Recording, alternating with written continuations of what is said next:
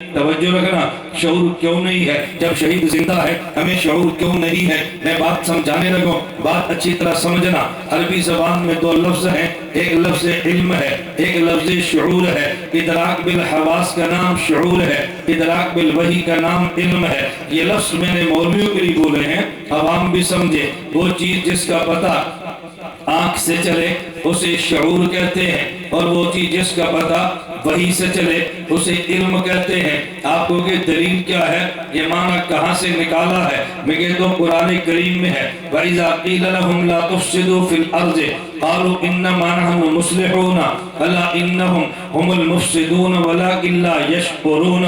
یہ فسادی ہے لیکن انہیں شعور نہیں ہے۔ فساد آنکھوں سے نظر آتا ہے، فرمایا انہیں شعور نہیں ہے، اتنے اندھے ہیں اس کو دیکھتے بھی نہیں ہے۔ وَإِذَا قِيلَ لَهُمْ آمِنُوا كَمَا آمَنَ النَّاسُ قَالُوا أَنُؤْمِنُ كَمَا آمَنَ السُّفَهَاءُ أَلَا إِنَّهُمُ السُّفَهَاءُ وَلَكِنْ لَا يَعْلَمُونَ۔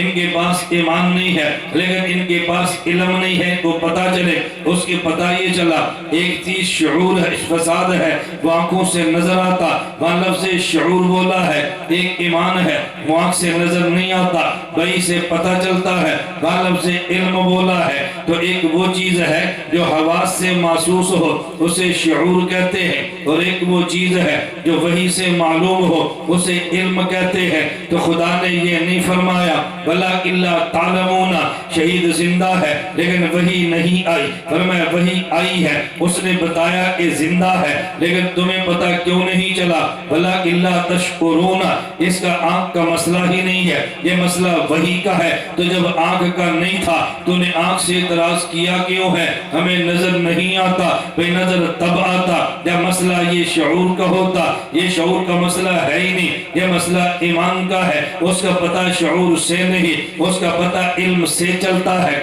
اسی وجہ سے قرآن کہتے ہیں یؤمنون بالغیب، جو نظر نہ آئے اسے مان لے، ایمان ہے۔ نظر آیا تو مانا، یہ کون سا ایمان ہے؟ ایمان تبھی بنے گا جب نظر نہ آئے تو پھر بھی مانے۔ اس لیے یہ نہیں فرمایا وَلَٰكِن لَّا تَعْلَمُونَ، بلکہ فرمایا وَلَٰكِن لَّا تَشْعُرُونَ، وَلَٰكِن لَّا تشکرون۔